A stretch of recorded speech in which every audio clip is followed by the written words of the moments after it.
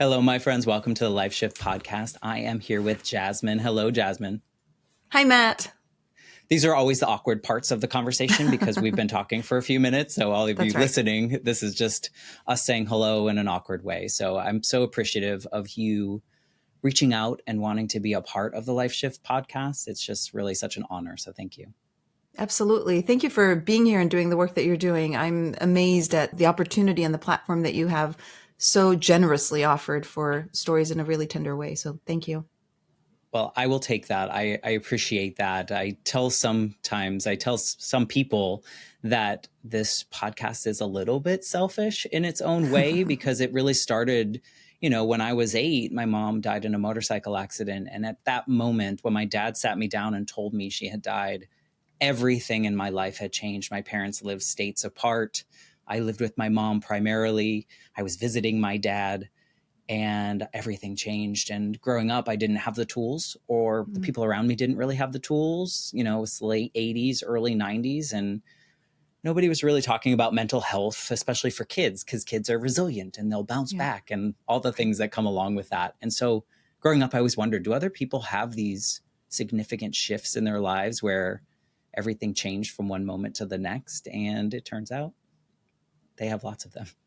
So it's been a very fulfilling journey because I think hearing people's stories like your story that you're going to share today, there are pieces of everyone's story because we're all humans that we can all relate with, no matter how different the actual experiences have been. And so I've just been so honored by people like you. So thank you for the kind words about the show.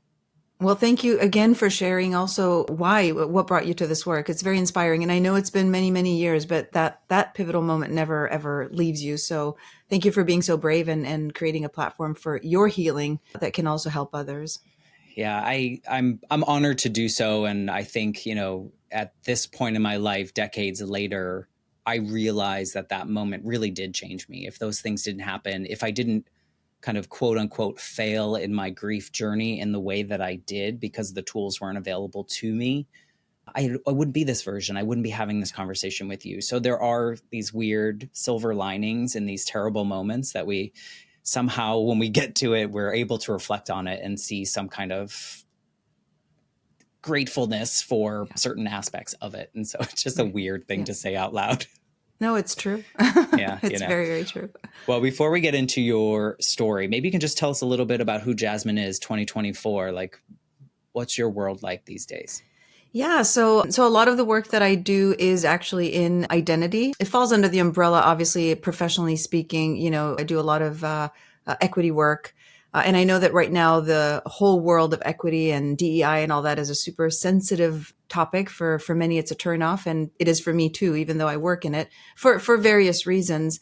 Part of the reasons is because it's taken, a turn that not necessarily serves the intended purpose of it. But in other ways also, everything becomes politicized or extreme, takes extreme ends. And so I am in that moment, in that threshold of really dedicating the work to serving the larger community, which is not just an isolated group or a one side versus the other, but to sort of create a bridge. So my whole life I've been a bridge because of my multicultural background, and we'll get to that in a minute. But a lot of what I do is actually speak and I write and I teach. I'm an educator. I do trainings and workshops, and they all revolve around a better understanding of our differences so that we can come closer together as a community to be able to really focus on what heals us together as opposed to what separates us and divides us. So I'm an author, I'm a speaker, I'm also a podcaster, even though I'm on hiatus for a little while now. But I'm showing up in a lot of other spaces speaking thanks to platforms like yours. And then I also work at a community college where I do a lot of diversity work with students and just kind of focus on their journey and their big intersectional spaces. Awesome. Have you been in the education space, like at a school for a while? Yeah. So most of my career has been in education. Okay. Very, very early on, I was in, younger. I taught kindergarten and up to second grade. But in the last few years, I've been in higher ed. I'm curious, I asked that because I'm wondering if you're seeing a difference in the generations of students that are coming along in the way that they are maybe more open, hopefully, to different identities and openness in that way, or are you not seeing a difference? Yeah, that's a really concerning space. On one hand, it is a beautiful thing to see this shift and this big acceptance and this kind of broader space in which people either are accepting one another or just kind of coming into their own. But it has also created a little bit of a fracture in the Hmm. community and how we see ourselves, because it's created more divisiveness and more, identity restrictions, if you will. So it's both wonderful and challenging at the same time. So yeah, there is this sort of liberation, which is really powerful, but it has also created this strong kind of tribal mentality, for lack of a better Yeah. word, or mob mentality. Or even though I'm a big fan of tribes and tribal ideology and tribal identity, so I hesitate to use it in a negative connotation. I know it is used very often, so I'll revert to mob mentality, and that's what we're seeing a lot of, It's and tricky. Yeah, it's real. we are in a very odd space right now. I felt like there was this trajectory that felt more positive for a little bit, and then things kind of are weaving in weird ways, and hopefully we'll find a space in which your goals and all those things are achievable, in the Yeah, most beautiful of ways, because I'm sure you're achieving goals, but like those higher goals that you're able to kind of work yeah, towards, so that we can realize that like our differences are cool, and yeah. we can use them to connect more, because those are cool. Different. We don't want to all be the same. I feel like that would be a really terrible experience for for And most people. boring, so So boring.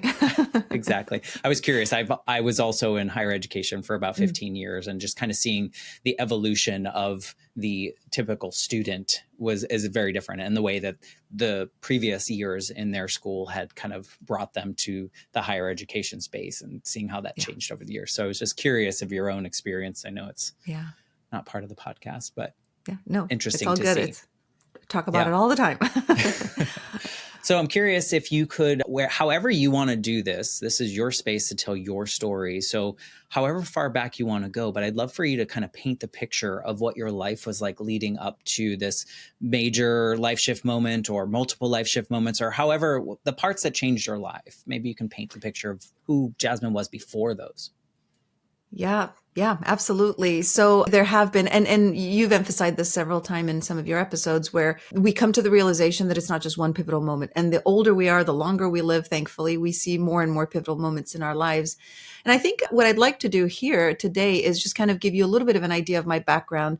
So I grew up in Saudi Arabia. My father was Arabian and my mom is Italian, born and raised in Italy. And so my father was part of the first generation of young Saudi men who were sent abroad to study, to kind of build this, for the most part, newly found kingdom of Saudi Arabia. And he was born in the late 30s, right around the time the latest iteration of the kingdom was formed. And then sometime in the late 50s, early 60s, this group of Saudi young men were sent abroad. And my dad chose Italy. Well, he chose architecture and interior design. And so Italy was the destination, as you can imagine, being the capital of the world artistically. And so he was sent to Florence, where my mom is from. And so they met there as students, and he was there for several years and, finished his studies and all that. And then they got married in Italy and moved to Saudi Arabia to start their family. So I was born in the early 70s, during a time that Saudi Arabia was sort of trying to find its footing socially and also its place in the world, because it was starting to get the attention after the discovery of oil in the 1950s. And the interest of the West in Saudi Arabia. And so it was sort of in this odd space of, are we a conservative Muslim, fundamentalist country? We're also coming into wealth. And so there was a lot of, sociological shift happening there.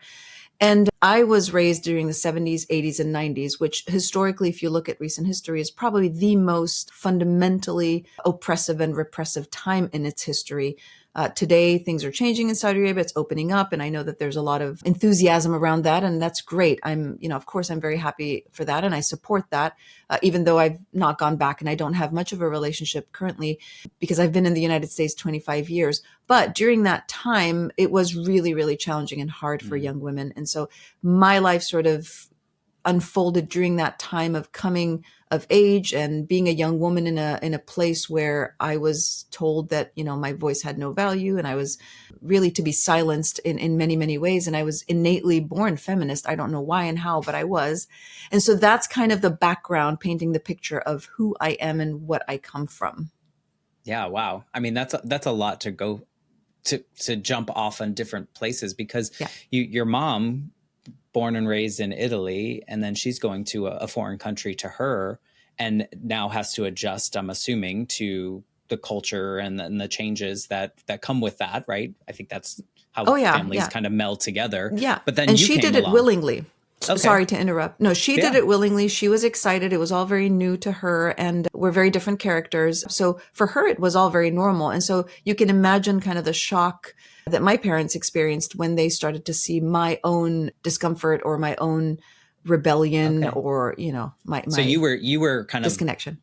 a little bit of a black sheep in that mindset of like you weren't like your parents, or you thought No. differently than your parents. Where you don't know where that came from. It just kind of born into that. You How know, did it manifest the first time? it's really interesting. So I remember being very, very young and knowing that my mom was different because my Mm, mom spoke differently, even though she learned Arabic and spoke it fluently. She that's sounded impressive. different. Yeah, it is. Yeah. She sounded different. She looked different. And our home was different. Our home smelled like Italian espresso and tomato sauce. Our home was very Italian, and my dad was fluent in Italian, so we spoke Italian at home. But then when we went to visit my father's side of the family, it was extremely traditional. It smelled more like incense and cumin, and and I say these things not to make them kind of small, but as a child, those are the things you notice, right? The Right. smells, the sights, the sounds.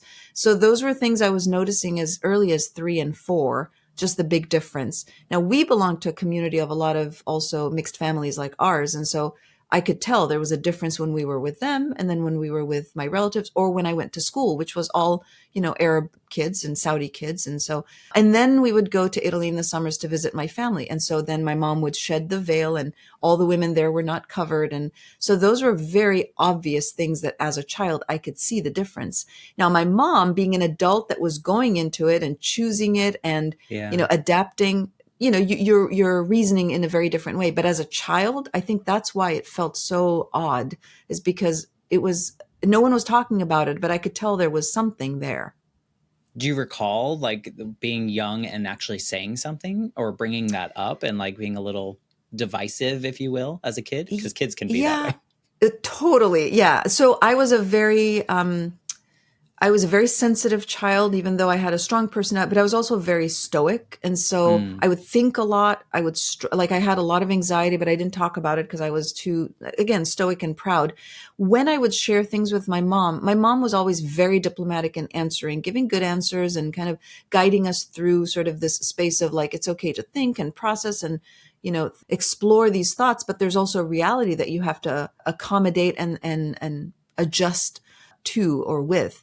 And so things like, that's for hard. example, if it is, and I remember like my Saudi relatives, my cousins and my uncles, they would ask us, which do you like more, Saudi Arabia or Italy? I mean, of course, because they'd never been. And so they knew we were the kids that, would come and go. And I remember distinctly my mom saying, and I know it came from a place of respect for her, but for me, it was a little jarring. She would say, you have to say, I like both the same.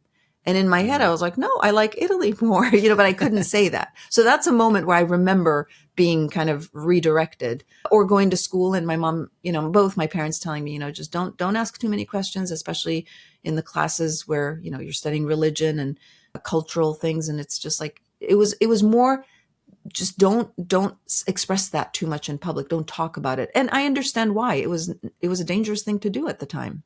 Yeah. Well, and it sounds like you were allowed to do that at home, though. It wasn't like you Yeah. were fully stifled at home as No, not well. at all. That must be really confusing, though, too, because you're like, you can be your full self here, but when you go Yeah, out there, you need to put on your mask and pretend to be who you're not. But totally. And I it's think that interesting, is, though. Go ahead. yeah, no, I was just going to say, I think that is the root of probably the majority of kids in my generation that are a lot like me, that also came from kind of two cultures that struggle with the most and maybe this is a problem for most of third culture children anyway. It's just that where you can be authentic and where you have to kind of play this narrative that is more in alignment with the environment. And it's really intense. It's that whole thing that we now talk about and call code switching. Yeah, it's very confusing because I'm just thinking of this just child going to Italy and being able probably to do whatever you wanted in a way or think however you wanted out loud. and then having to go home and kind of being shut down in certain ways. I don't even know how you navigate that. How did you navigate that without kind of losing your mind? Or like, I feel like that Yeah. would be so debilitating as someone that wants to think freely, that wants to do all these things, but yet you know that if you do, there's trouble to be had. How do you Yeah. like, do you hit a wall at some point? You kind of do, but you also create a lot of escapism. And that's the beauty of Mm, childhood, I think, is that having that imagination that is endless and has no boundaries. And so I lived in my head a lot. My siblings and I and some of our close friends, we invented a whole world, and it had a name, and it had, characters, and we invented a language. So on one hand, the fun piece was that kind of inventing this whole world. But on the other hand, it was me just in my own thoughts and kind of envisioning, and this was also during the time of, new age had kind of slowly and quietly arrived into some homes in Saudi Arabia. And my mom was very immersed in the new age teachings like Louise Hay and all that good stuff. And so I did a lot of that, just that kind of mental practice of law of attraction, and just kind of creating, even if in my head I knew that it was probably going to go nowhere, it just felt good to live there. And then there was the piece of just sort of my artistic heart, which is, this was the time that Michael Jackson was huge, was Thriller. And so I would dress up like him in the privacy of my bedroom, because you couldn't do it right. outside, and then just kind of dance and listen to music. And so escapism really was the answer. It's like two versions of you, essentially. Yeah. Like the people on the outside knew you differently than the people inside your home or inside your smaller circle in Yeah. some ways. How, Correct. Yeah. at what point does that get too much? Like what changes in you to be able to be you now? Because I mean, you Yeah. now, the way you describe you now would not be allowed back then, younger you, right? Like Right. somehow you still allowed yourself to grow, because I think there's a Yeah. lot of us, and maybe myself included, especially as a child, when things were shut down, like for Mm-hmm. me. And I wasn't allowed to dream in my own self because I think it was like a protection, but it almost sounds like you were like, I could do, like I can blow up this part of me in a good Yeah. way. Like I can expand because I know how to code switch, I guess. And like you explained, like I know how to go that way. So Yeah. how do you Well, get to be you? so this is really, I'm having an aha moment right here with you, listening to you ask this question, because here's what I've realized, and this is recently, especially having done more of these talks since my book has come out. So the category of people who hear my story are broken into two. One, which is the folks who are like, oh, this is so great, and there's a lot of, appreciation or even admiration, which is, not necessary, but like there's a lot of positivity coming out of folks who have a lot of empathy and compassion towards people who have had a little bit of a different struggle, right, from kind of the norm. And because this is a very unusual circumstance, I know my life and my story is very unusual. It's not very common. And then there's the folks who judge it immediately when they hear what I've done, or how I've done it to survive. There's immediately the judgment of, she's selfish and she just thought of herself. And so Mm, that just kind of unveiled to me as you were asking the question, because the answers all are in the fact that I believed that I deserved better. I yeah. believed that I was given the right, with the breath that I was given when I was born, and the life that is fairly short for human beings, that I ought to maximize it. And this came deeper than just like, oh, I just wanted to go and have this like fun, crazy, materialistic life. This was on a spiritual level. Like I felt like a Yeah. calling, that in order to fulfill the work that I have done, the purpose that I'm here to do, which is lending voice to the underserved, or really being a rebel, if you will, had to come at a cost. And that cost oftentimes means that we have to do things against the grain. Maybe we are hurting people in the process. Maybe we are making choices that are not the most peace and love induced choices. But again, for some, they're interpreted as selfishness. So I'll tell you what I did. So for me, it was a lot of, in my head, how dare they tell me who I should be? How Right. dare they tell me how I should live? So there was a lot of that, right? And I would say the pivotal moment for me was when I literally transitioned from puberty to what there is considered adulthood now, which is when a girl menstruates. When a Mm, girl gets her period, that's when she officially becomes a woman. And so for me, it was, I knew this, I could hear it. I heard it, at school. It was taught, just casually because it's part of the culture. And I heard a friend of my mom's who was an Italian woman, also married to a Saudi, loving woman, she's like one of my aunts, like, adopted aunts, if you will. Right. And I heard her asking my mom, and I was the oldest girl in our little circle of friends. My brother, I have a brother who's older than me, but in the girls' circle, I was the oldest. And I heard this lady ask my mom, has Jasmine become a young lady? Meaning, did she get her period? Right. And my mom said, oh, no, not yet. That was it. And that, Matt, was my shift. Because Oof. when I heard these two women talk about it, I thought to myself, first of all, how dare they talk about my personal business? Right. Second of all, that means they're waiting for me to go through this big, transition, because I'm the first girl of these bicultural kids that's going to now conform to all the expectations of society. And I'll tell you what, I got my period just a few months after that, and I hid it. I didn't tell anyone for an entire year. Wow. A year. A year. Until my younger sister got her period, and then I disclosed it. But that was a shift for me. That was definitely a pivotal moment. Yeah, because you hear it and you're like, well, what kind of plans do you have for me? Like, exactly. Because I'm assuming that that's kind of how things are. They're kind of, there's a societal way of going after you become a woman at the tender age of 12 or 13 or however. Well, mine was 10. So there you go. No, that's, I was 10. I can't imagine. I can imagine how hearing that you're like, wait, but I want to define my life. Exactly. I don't want to do all the, were you anti the things that other people were doing? Or were you like, I could do that, but. It's a great question. So maybe looking back, is too strong, but But that's why it's a great question, because now, as the mature adult that I am and the person that, promotes everybody to accept everybody's choices in life, maybe today I'm not anti anything, but at the time I probably was, because it was an imposition on me and my choices. So perhaps at the time I was way more anti than I am now. I mean, now I'm a lot more neutral about it. But I don't dismiss the fact that it happened, and it needs to be talked and it needs to be addressed, because you can't just bury history, right? Right.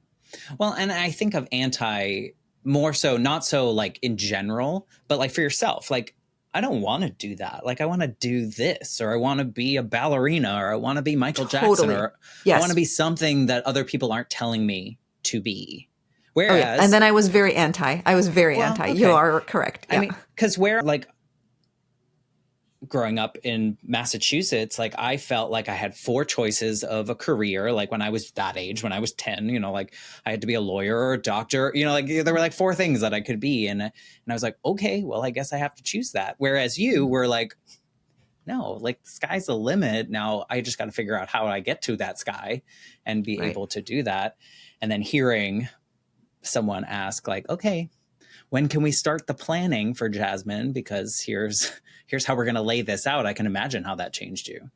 Right. And the biggest piece at that time, the closest threat to getting your period, was that now you have to start covering. You have to start wearing the veil, the abaya, which is the cape, and the head, the headscarf and the head cover and all that. That was the biggest threat at that time, even though for a lot of girls, that's a step closer to even getting married and all of those things. That wasn't on my radar, because my parents were very progressive from that standpoint. Okay. It was, you're not going to get married young. We're not going to make an arrangement. You're not going to marry your cousins, like all of the traditional practices of how girls get married. My parents were very, very clear on those boundaries, but they were not going to let their, young girl who's now, post, puberty walk around in society not covered, because that was the law. And so that was the big thing for me, was making sure that I was avoiding and pushing away as far as I can the whole cover. Because that would hide you and who you were even more so, like in your 10-year-old mind of like, invisible. Now you're hiding me away.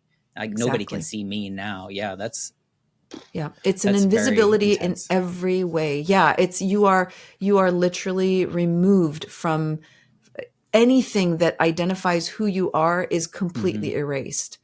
Right. And it sounds like that young version of Jasmin, that's like the antithesis of what you envisioned for your life, even as a young child. Like, that's, so how do you navigate that? How do you move through this world to get to be who you want to be? Well, so so when that shift finally happened, I got away with it for a whole year, and I was very skinny. I didn't show signs of development, but my Right. sister got her period. And so then when, Mm, I had to disclose that I got my period too, because it was a little weird that my younger sister got her mm, period before me. I never told, I never revealed that I'd gotten it a year before. I just said, oh, me too, kind of a month or two later. And, but then, I had to live this life now as a teenager where I yeah. was covered. And all I could think of to myself is I have to find a plan, a way to be able to live freely and as authentically as I can. Now, I knew for a fact that the choice of husband for the future would have to be a Saudi man. There's no way around that. Like that I couldn't have even imagined telling my parents, well, I'm just going to go to Italy and fall in love with a man there. Or, that is, you're going to marry a Saudi man. You're going to, build a family Right. here. And it was said very casually and very normally. It wasn't, this is how it's going to be. It wasn't an imposition. It wasn't mean. It wasn't mean spirited. It was casual, because in their minds, I think, my There were family, no my other parents, choices. no, there were no other choices. And I think for them, it was like, this is a great life. Like, why would you not want it? Mm, Because in reality, from the materialistic standpoint, it is a comfortable life. You have servants in the home, you have, women, men are obliged to provide for the women. Women are not expected to do much of anything other than being good wives and raising kids and, being good women. right. So for my parents, I think that was just like, this is not a torturous life. This is a very fine and normal existence. And Yeah. you get to travel. We still get to do those things. And so you don't have to have it all the time. But for me, it was like my freedom really was tied to my own liberation on my own terms in my own version. And Yeah. so I started to think, okay, if I have to get married to a Saudi man, I've got to find this man myself. And I need to find someone that is compatible, that kind of feels the same way I do. Either he's mixed like me, or he was raised in the West and has some sense of openness that he would not expect me to be the little wifey that's, covered all the time, or that doesn't have. And that's kind of what I sought out to do. And I did. I met this young man who was a couple of years older than me, and he was born and raised in the States. He was Saudi, both his parents Saudi. And so, I mean, it was a sweet friendship. It was secretive, obviously. Mm, And it was, we had a great time, and we would have been the perfect first girlfriend and boyfriend, kind of the great, yeah. relationship that you start with. I was 16 and he was almost 18. And so Mm. we ended You up were kind of getting hedging. married. What's that? You were kind of hedging a little Yeah, bit. pretty much so. Yes, yes, yes. Mm, Because, at that point, I'm like, okay, I know my parents didn't want me to get married super young, but I had to I had to have a plan to where I knew that, okay, once that time comes, 18, 19, 20, where, you know, people start right. knocking on the door, because those marriages are still very arranged, families go looking for brides and things like that. Yeah. So I had this plan. And again, we had a great early, young, youthful relationship. It was, very, very innocent until we got married, obviously, because you don't date openly there. You don't spend time together there. It was very, very, very innocent. But we talked on the phone, and I did have eventually, the blessings of my mom and my brother, because they knew, and they knew that we were kind of serious. So that's kind of how the initial plan of me getting some space to breathe, where I knew that I was basically the architect of my life, and I Yeah. was going to design what path it was going to take. So you had like a 50% of what you wanted in a way, like because you were Yeah, able to like kind of freely think and be yourself at home, but still had to conform. So it was like a continuation of your childhood in a little bit of a way, right? totally. With the caveat that he felt the same way I did, and he wanted to also potentially live abroad, or, Okay. leave that circumstance and that environment, in our everyday life, and just kind of seek maybe go abroad and study, finish our degrees or whatever. So he had Yeah. the same idea, is, yeah, it would be great to start a family and give our kids the childhood that he had, which was in the US. And so he wanted that as well. But that's not how it went, because after we got married I was 19, he was 21, and things started to change, because he was, spending more and more time in that environment. He had a job, he liked his job, had his family. So he was becoming more and more ingrained in the culture and in the society. And I was becoming more and more radicalized in my absolutely not, this is not what I want. I was becoming more emboldened and more empowered, while Hmm. he was becoming more conformed. And so that definitely got in the way of our marriage. And thankfully, you know, both of us, but especially me, had the mental recognition that it's not time to have kids until we really feel stable. And so we never had children, but that marriage ended after 6 years. Wow. Is that something that is like culturally okay? And those kind of like, was that another battleground that you had to navigate with a divorce? Well, as a woman, yes. As a guy, Okay. as a man, no, not so much for him. I mean, divorce is very rampant there, unfortunately. Okay. And I say unfortunately, I mean, I say unfortunately because it's usually the woman that has less of a choice. It's usually a man's Right. decision. Um, and I think it was obvious to both of us. It was fairly mutual. And Okay. so I would say it wasn't abnormal, but what it meant was here I was at 25, damaged goods, because at this point, Right. you're a divorcee. You are, you're not super young. You're already in your mid 20s. So you're So no old. longer a desirable product for anyone. Right. Right. Because you're not competing with, like you told your story of like the first time you get your period at 10. This is like now in your prime, you're a brand new woman. And obviously it doesn't make sense for me. And I guess that's a good thing. The whole time you're telling your story and as you're trying to like navigate or kind of hedge your way of like, how can I be Jasmin, but also conform to what is asked of me? Part of me is curious, did you battle any kind of like internal like depression or things that came along with that? Because I can feel like how hard that would be when every time you turn a corner, someone's telling you you can't be yourself or like how you feel inside. That's a very thoughtful approach. Thank you for that. Thank you for creating space for that. The truth is yes, I had suffered with anxiety my entire life, and I didn't know what it was, obviously, until much, much later when I was in therapy. But People anxiety don't was like talk about it. no, not at all. And remember, this is a time and place where none of these mental health issues were even, an idea that people even could have imagined. So anxiety was extremely I can strong imagine. in my body, in my psyche. I probably had a little bit of depression here and there, but I think I'm also very, stubborn and very strong willed, that I was like, okay, I'm not going to let this get me down. But the anxiety was extremely debilitating at times. I won't say that I ever got to the desperate point that I felt like I had to, do anything drastic. Thankfully, I was fairly balanced in that way because I don't know. I think stubbornness it can be a really powerful tool when you're trying to Yeah. survive. And so I think my stubbornness was really there. But I think the hardest thing I will say is the fact that, and I really don't know where this comes from, but I felt really powerful indignance. I was so indignant that as a Mm. woman, I had to accept, adhere, and conform to all of this. I could not wrap my mind around it. And I know it made people a little uncomfortable around me or even upset. And now keep in mind, a lot of these thoughts and feelings I kept to myself, but it was obvious that I was a little, combative on some things and some topics. Now, the other pivotal moment that happened, and this was right around this time, right around the time that I was married, kind of approaching that last couple of years before my divorce, the satellite TV was in Saudi Arabia because, over there's a lot of restriction, a lot of censorship. But satellite TV brought to us the world in more ways than, those of us who traveled. And at the time, Oprah Winfrey was huge. And so I was watching the Oprah Winfrey show, obviously somewhat secretly because it wasn't like broadcast on like Saudi TV. And this is the 90s when Oprah was really focused on women issues, women empowerment, women who were victims of abusive relationships. Now, I was not a victim of an abusive relationship, thankfully, but I was a victim, or I felt like a victim of an abusive environment that was orchestrated in a way that Right. did not give me the freedom, right? So I started to watch Oprah. It literally became like my church, my sermon, whatever you want to call it, my mosque, whatever.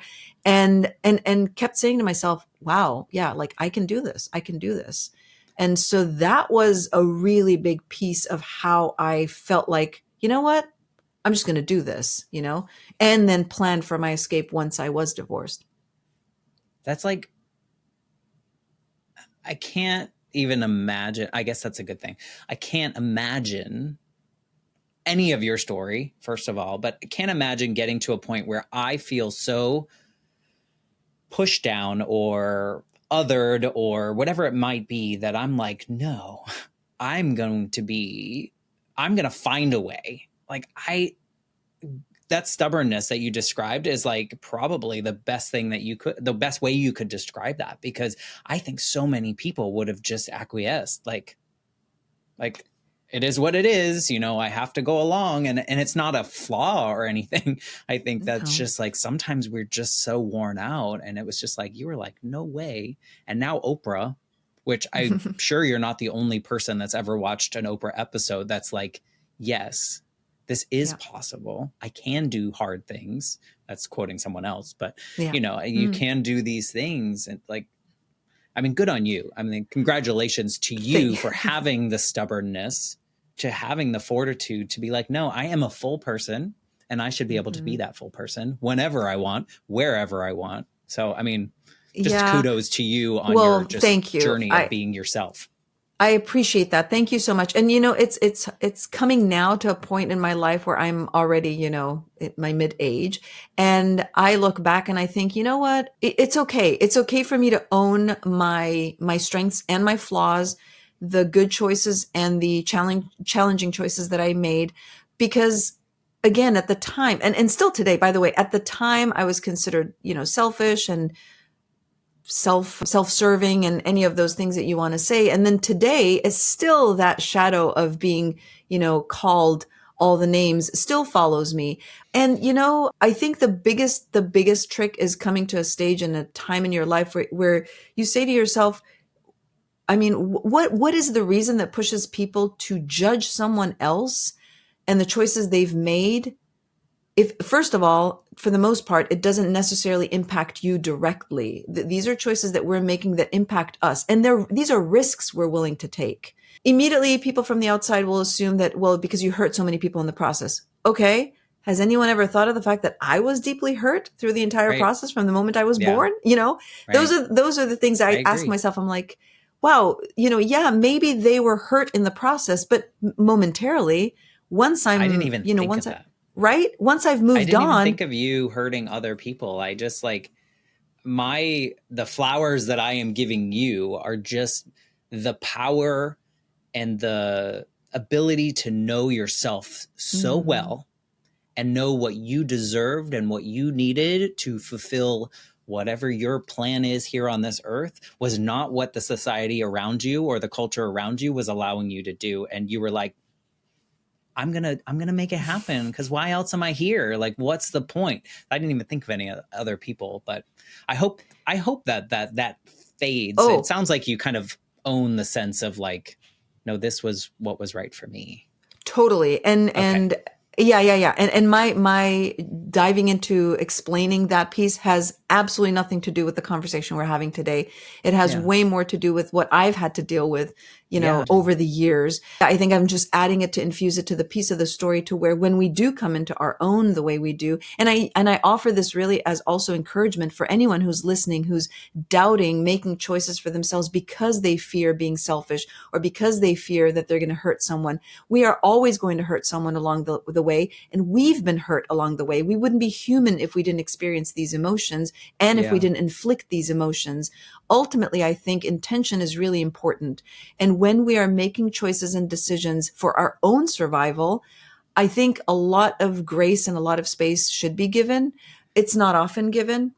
Yeah. In this particular instance, I will say that for me, it was worth making this decision, because otherwise for me, it was truly a survival thing. I don't know that I could have continued living life in a way that felt so far from my authentic self. It would have been impossible. It truly would have been impossible. Debilitating. I don't know how you made it that far, to be honest. I mean, I feel like if I think of my own self, I'm like, wow, protection. Well, traveling helped. Okay. Yeah. I mean, I think traveling helped, and dreaming, and like just seeing other possibilities too, I would imagine, by traveling. Right. Yeah. Yeah, exactly. Because I'm sure there are a lot of people around you, or maybe there were a lot of people around you that had a little bit more of a shelter because they didn't come. Oh, well, you said you were around a lot of other mixed children or mixed both cultures. Yeah, so I saw both sides. I saw the kids who were like me, and now in my circle of friends, some of them were just like me, where they had the same restrictions and limitations, and others had parents who were definitely a lot more willing to go even against the societal norm and allow for some freedoms for them. So I saw that too, and I envied that. I was like, wow, they're in the same exact boat I am in, but they have a little more autonomy and a little more space. It probably helped seeing all that. Probably did. Yeah. Yeah. So how did Because you it like pushed me. how did you find your way to get out, to be able to So be you? yeah. So after that divorce, in my first marriage, I in the meantime was starting to plot my, my grand exit and my escape, if you Can't will, even because at the imagine. time, women were not allowed to leave without permission from a guardian male because you as Right. women in Saudi Arabia at the time and in some other very fundamentalist Islamic countries who practice Wahhabism specifically, which is very, very conservative and very, very fundamentalist, you had to have a guardian for everything you did. Anything you did as a woman, you had to have a guardian. So at the time, I was divorced, so my guardian reverted back to my dad from my husband, because depending on who the primary man in your life is, that's your guardian. And so I needed permission to leave, and so I couldn't just like say, "Hey, I'm done here. I'm taking off." Now, my dad was, like I said, very progressive in many ways, but in other ways, there was still that stigma of society and and upholding this standard and being a good citizen and doing all the right things. And so he would not have been thrilled about me even asking, let alone granting me that. And I reiterate, my dad was a really kind and gentle, sweet, educated man, but I fully appreciate the pressure he was under to be the upstanding citizen that he really tried to be. So of course, the choices I made, hurt him or brought on, grief and all of that. I recognize that. I understand that. I don't need people to remind me of that because, they kind of try to very often. And so I Of course. understand that. But at the same Right. time, it was a survival piece for me. And I had to answer to myself and the life that I had and the choices that I could make.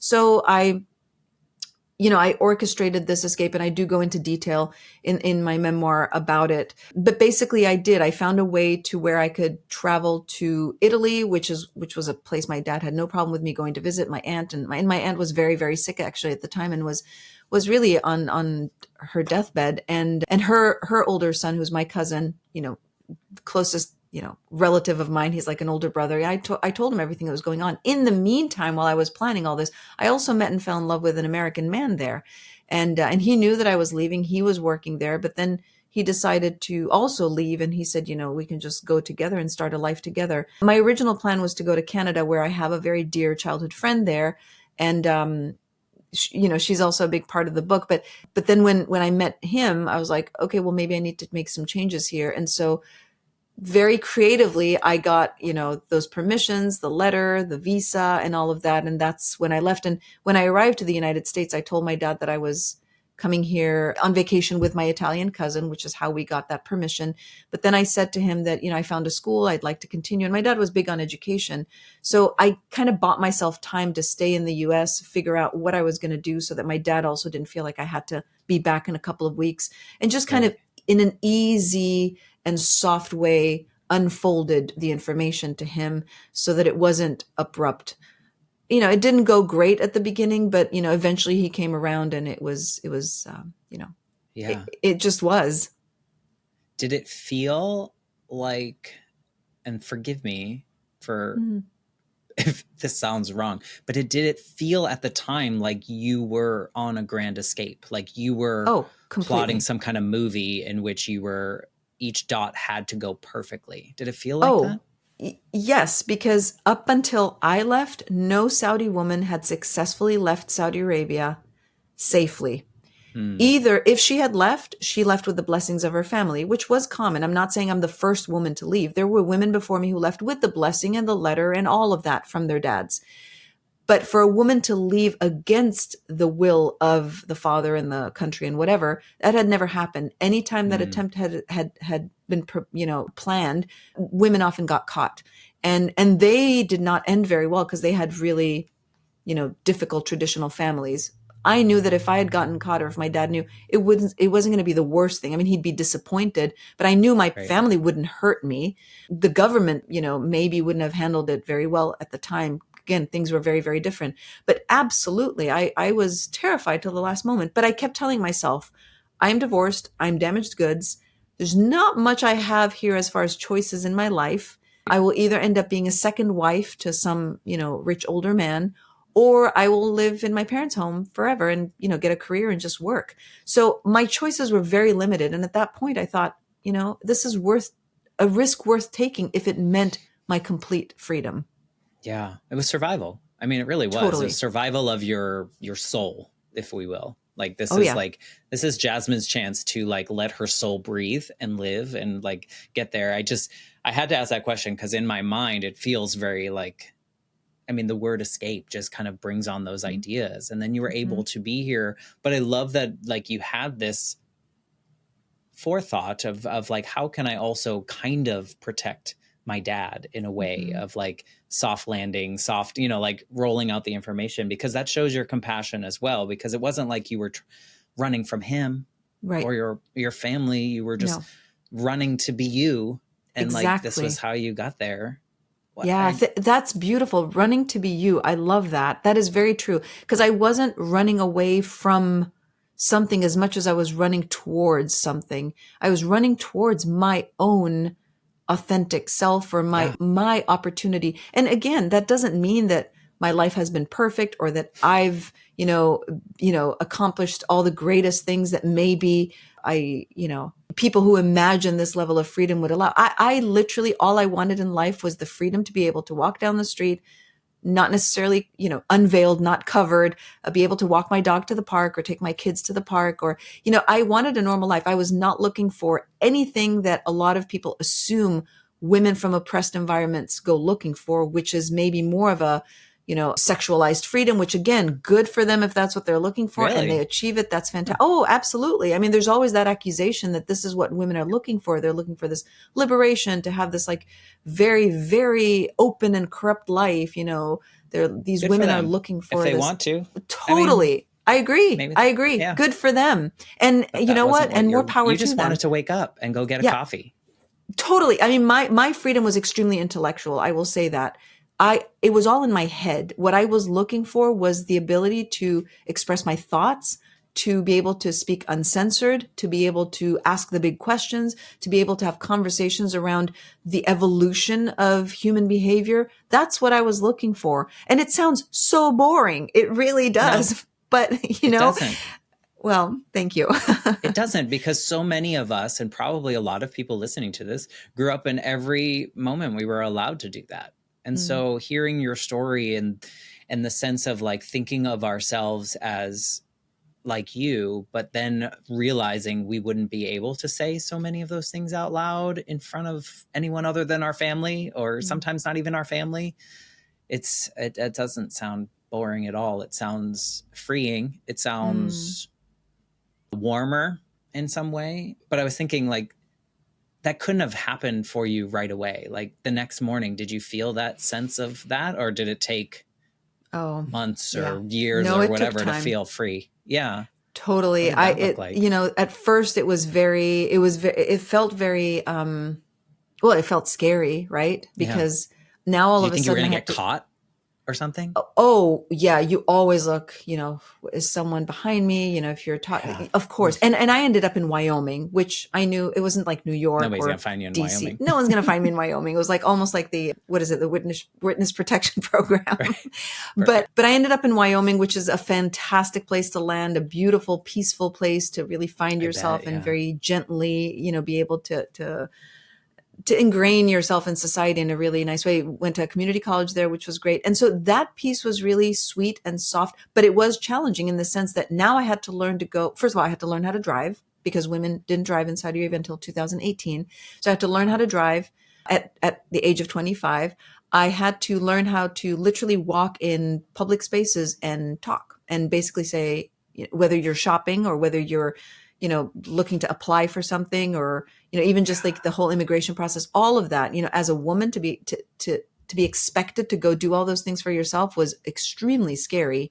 Even though my personality was not a fearful one, I don't like to come across as like not knowing, or to come across as ignorant. And when I was younger, it was harder. Now I have no problem saying, I don't know, tell me, but when you're younger, you're a little more, you're a little more proud, and your pride is in the way.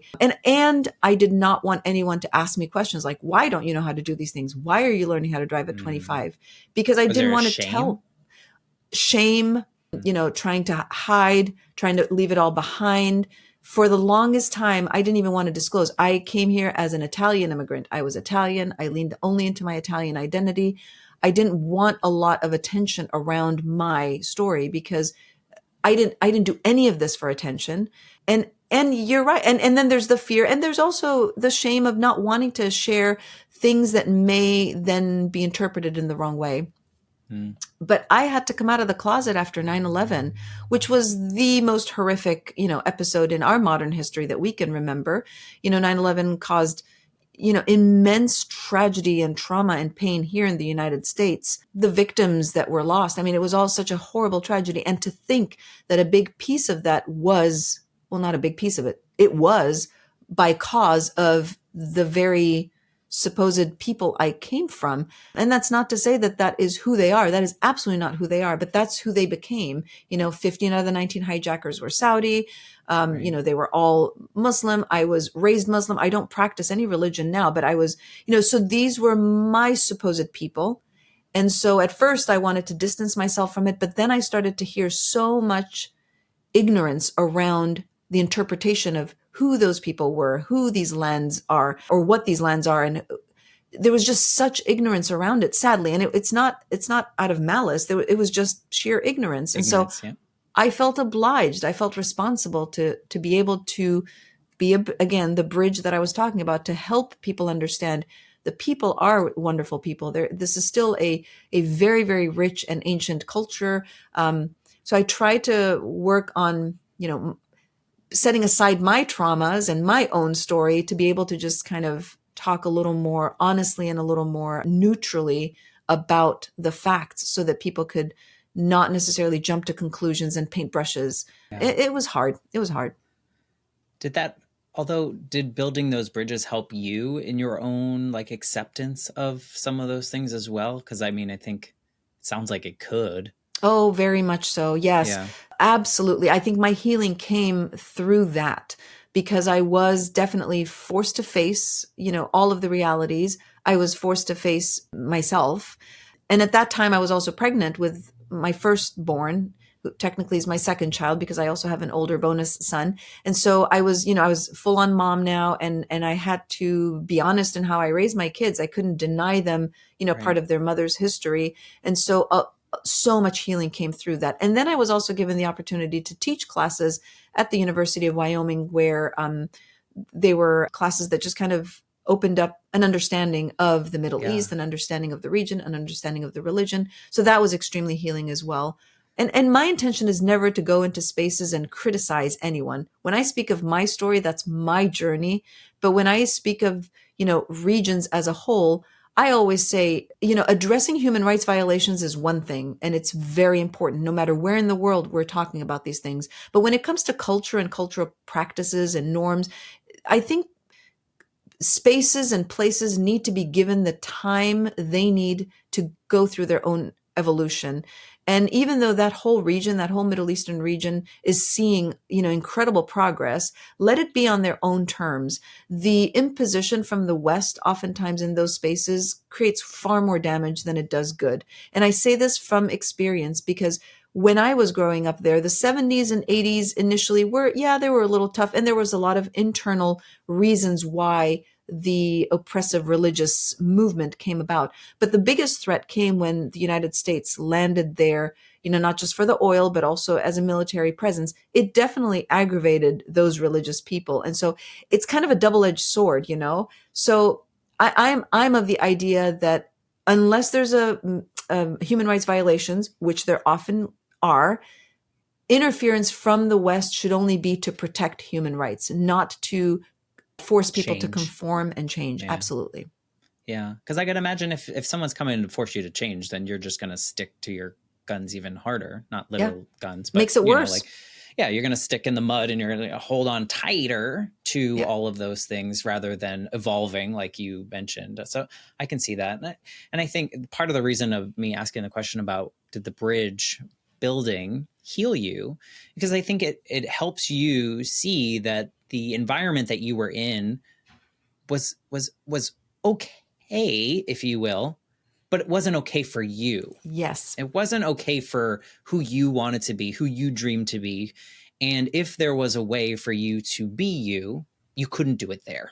Mm-hmm. And it Yes. sounds like, by explaining that to other people and like saying like, this is the culture and this is why the culture exists in this way. And this is why people do it this way. And so many people actually like doing this. And Mm-hmm. it just wasn't where my soul wanted to be at that time, because I couldn't do the things that I wanted to do. So I could imagine how that could be a healing journey in its own self. 100%.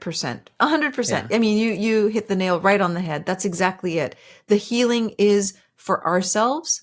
And if the healing is genuine for the purpose intended, which is our own liberation and our own authentic selves, it really should not have any there should be no need to impose any radical change anywhere else. I have no interest of, imposing any radical change anywhere, but I do want the integrity and the respect to be given to me and people like me who need to find their own authentic selves and be given the right to live that life for themselves.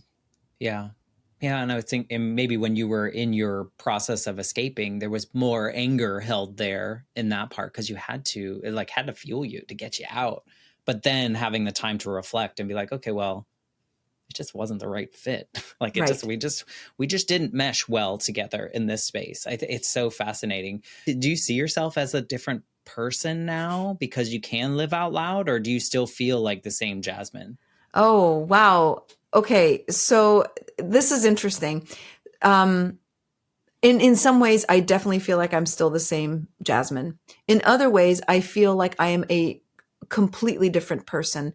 And I will say that as much as the change has come from that bridge and the healing from that bridge, like you so beautifully, highlighted, while a lot of that healing and that growth happened due to, the evolution of experience and the evolution of time and the reflection, a lot of it also comes, well, first of all, age will do that. And if age doesn't soften you, I don't know what will.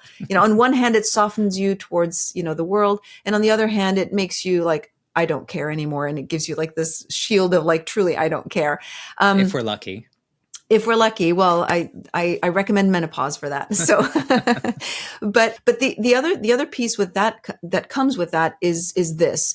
In many ways, when we are going through this evolution and when we're going through this change, we look around and we realize that many of these challenges exist everywhere. So even though I left something that was really a boundary for me or a barrier for me, I got on the other side. And in our youth, we really seek to be rebellious and have an activist spirit, and kind of the aggression of being able to survive through that metamorphosis is crucial. But when you get on the other side, or you get to the other side and you get to the place that you're now feeling like, okay, I've achieved kind of the big things, you soften a little bit and you become an advocate. And I speak to this very, very often, the difference between an activist and an advocate. So now, my life now as an advocate is to find the spaces in which we can compromise and find a common ground.